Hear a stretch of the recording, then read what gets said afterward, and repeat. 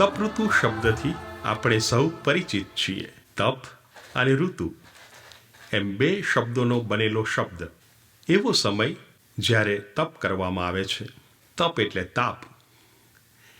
જેવો તાપ મારા કાનમાં પડે કે મને યાદ આવે છે મારા ફળિયામાં આવતો ચપ્પાની ધાર કઢાવનાર ભાઈ. સાદ પાડે અને ગૃહિણીઓ ચપ્પા લઈને આવી જાય. બુઠ્ઠા થયેલા ચપ્પા, કટાઈ થયેલી કાતર. આ ભાઈ પોતાનું પોર્ટેબલ મશીન જમીન પર ગોઠવે, પેડલ મારે અને પેલા વર્તુળાકાર પથ્થરને ઘૂમતો કરે. પછી બે હાથે ચપ્પાને પકડે અને એવું તો ઘસે, તણખા ઝરે, તાપ પેદા થાય, કાટ દૂર થાય અને ચપ્પાની ધાર આવતી જાય. મને પેલો કલાઈ કરનારો પણ યાદ આવે છે. ફળિયાને છેડે બેસે, અગ્નિકુંડ તૈયાર કરે, ધમણથી એ આગને પ્રજ્વલિત રાખે. ગૃહિણીઓ પોતાના વાસણો ગોઠવે. એક એક વાસણને એવું તો તપાવે. જેવું વાસણ બરાબર તપ્યું છે કે પેલી કલાઈનો લીસોટો કરે અને પછી કાપડના ડૂચાથી એવું તો ઘસે. એ કટાઈ ગયેલું વાસણ કલાઈથી ચકચકાટ થઈ જાય. તાપ આ નિર્જીવ વસ્તુઓનું રૂપાંતર કરે છે, કાયા પલટ કરે છે. તપઋતુ મારું રૂપાંતર કરે છે, આપણું રૂપાંતર કરે છે. પોર્ટેબલ મશીન લઈને ઈસુ આવી ગયા છે. એ પોર્ટેબલ મશીન એટલે ક્રૂસ ખભે લટકાવીને આવી ગયા છે.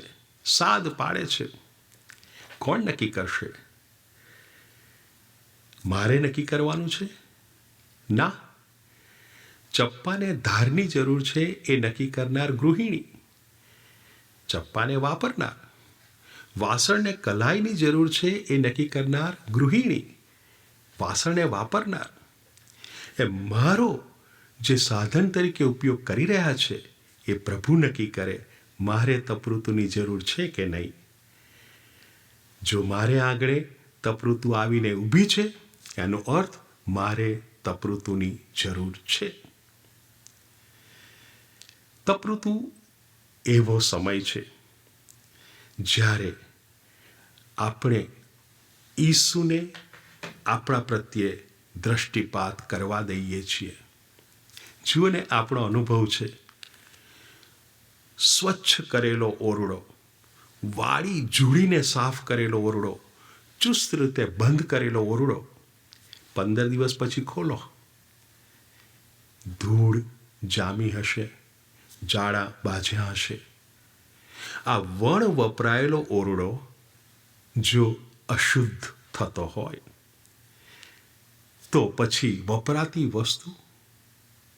હવે આપણે બધા તો સંસારમાં એટલા ડૂબેલા છીએ કે આપણે પાપમાં રગદોડાઈએ છીએ.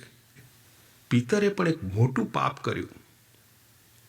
ઈસુને ઓળખતા જ નથી એવું 3 વાર એમણે જાહેર કર્યું. જોકે ઈસુએ પહેલા ચેતવણીના શબ્દો ઉચ્ચાર્યા હતા પણ ત્યારે અસર નહોતી થઈ. પણ પાપ થયા પછી જ્યારે ઈસુએ પિતર પર નજર નાખીને ત્યારે પિતરનું હૃદય વિંધાઈ ગયું. આ છે તપઋતુ. ઈસુની મારા પર દ્રષ્ટિ. એ દ્રષ્ટિમાં આલોચના નથી, એ દ્રષ્ટિમાં હૃદય દ્રાવકતા છે. મારામાં પસ્તાવો પેદા કરે છે. આપણે જાણીએ છીએ તપઋતુ અને વસંત ઋતુ સાથોસાથ આવે છે. ક્યારેક પાનખર ઋતુ હજી પૂરું નથી થઈ, વસંત ઋતુ હજી શરૂ નથી થઈ, પણ તપઋતુનો આરંભ થઈ ચૂક્યો છે.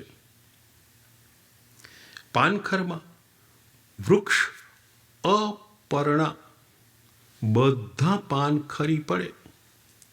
હવે આ પાન આ વૃક્ષ માટે જીવન આપનાર હતું.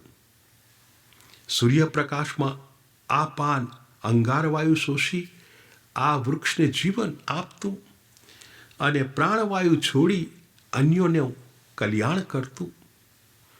પણ એ વૃક્ષ આ પર્ણ હવે પીળું થયું છે, હવે કાર્યક્ષમતા ઘટી ગઈ છે અથવા નષ્ટ થઈ ગઈ છે. એ પર્ણને ખેરવી નાખે છે. જેવું પર્ણ પડ્યું કે નવું પર્ણ. વસંત ઋતુ, તપઋતુ આપણને મને કંઈક છોડવાનું કહે છે. એ મારે શોધી કાઢવાનું છે, મારે શું છોડવું છે. તપઋતુ માટે 2 શબ્દો વધારે કહી શકાય. ભારતીય પરંપરામાંથી મળી આવતા 2 વ્યવહારુ દાખલાઓ. એક દાખલાને કહેવાય છે માંજાર ન્યાય. પ્રભુનો ભક્ત સાથે સંબંધ કેવો હોઈ શકે? તો કે છે માંજાર ન્યાય. માંજાર એટલે બિલાડી. લોકવાયકા છે, બિલાડીનું બચ્ચું આંખ ખોલે તે પહેલાં બિલાડી એને 7 ઘેર ફેરવે છે. આ 7 ઘરની પરિક્રમામાં આ બચ્ચાએ માને કોઈ સહકાર આપવાનો નથી. વિના સહકાર પરિક્રમા થાય છે. પ્રભુ સાથે આવો સંબંધ હોઈ શકે. પણ તપૃતો એક બીજા પ્રકારનો સંબંધ સૂચવે છે અને એ સંબંધનું નામ મરકટ ન્યાય. મરકટ એટલે વાંદરી. વાંદરી ઈચ્છે છે કે મારા બચ્ચાને આ ઝાડ પરથી પેલા ઝાડ પર લઈ જાઉં. વાંદરી પાસે તાકાત છે બચ્ચાને આ ઝાડ પરથી પેલા ઝાડ પર લઈ જવાની. પણ બચ્ચાએ વળગવું પડશે, બચ્ચાએ સહકાર આપવો પડશે. સહકાર આપે તો આ સ્થળાંતર શક્ય. તપૃતુ આ સંદેશ આપે છે. જો હું સહકાર આપું તો પ્રભુ તો ઈચ્છે છે મારું પરિવર્તન થાય. પ્રભુ પાસે શક્તિ છે મારા પાષાણ હૃદયને પીગળાવવાની. મારો સહકાર મળ્યો તો બેડો પાર. એ આપણી તપૃતુ. પ્રભુનો પ્રેમ તો 12 માસ, પણ તપૃતુમાં વિશેષ. જુઓ ને, હવામાં ભેજનું પ્રમાણ હંમેશા, પણ ચોમાસામાં સૌથી વધુ. તપૃતુ એ પ્રેમ પૂર બહારમાં ફેલાવે છે. અને પ્રેમ કયો? સંતાનની શોધમાં નીકળેલા પિતાનો પ્રેમ. એટલે જો ઈસુ પણ જ્યારે દાખલા આપે છે ને, ત્યારે એ ખોવાયેલા ઘેટાનો દાખલો આપે છે, અથવા ખોવાયેલા સિક્કાનો દાખલો આપે છે, અથવા ખોવાયેલા દીકરાનો. પણ ધ્યાન ક્યાં કેન્દ્રિત કરે છે? ખોવાયેલા ઘેટાને શોધવા ગયેલા ભરવાડ પર, ખોવાયેલા સિક્કાને શોધતી પેલી બહેન પર, ખોવાયેલા દીકરાની આતુરતાથી રાહ જોતા બાપ પર. આ આપણા પ્રભુ શોધનારા પ્રભુ છે. શોધમાં નીકળે છે અને એ માટે હવે મને માર્ગ આપે છે તપઋતુ. તપઋતુને આપણે આપણા એક્સપ્રેસ વે સાથે સરખાવી શકાય. દ્રુત ગતિ માર્ગ. એમાં પ્રવેશો એટલે આપણે પહોંચવાના. હા, ટોલ બૂથ આવશે.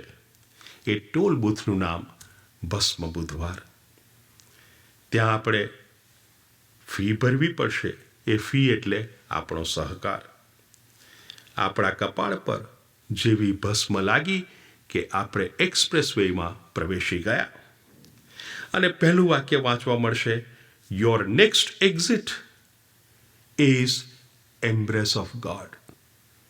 હવે તમે સીધા પ્રભુના આલિંગનમાં સમાવાના છો. એ એક્સપ્રેસ વે પૂરો થશે ત્યારે ટોલ બૂથ આવશે. એનું નામ પાસ્ખા પર્વ. ત્યાં આપણને જેવા બહાર નીકળીશું કે પેલું વાક્ય વાંચવા મળશે, વર્લ્ડ ટ્રાફિક મર્જિસ.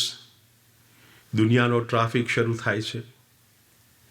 હવે એક્સપ્રેસ વે પરથી આવતું વાહન એ સિટીના ટ્રાફિકમાં ભળી જશે સંપૂર્ણપણે. તપૃતુમાંથી બહાર આવેલો ભક્ત દુનિયામાં ભળી જશે, દુનિયાનો નહીં બને. ઈસુ એ જ માગે છે, આ તપૃતુ મને દુનિયામાં રાખશે પણ દુનિયાનો નહીં રાખે. બસ તપૃતુ પહેલાં હું જે છું એવો તપૃતુ પછી નથી રહેવાનો. કેમ? એક્સપ્રેસ વે અને ટોલ બૂથ અને પ્રભુનો સહકાર અને મારો સહકાર. બસ તપૃતુ મારું હૃદય પરિવર્તન કરશે જ.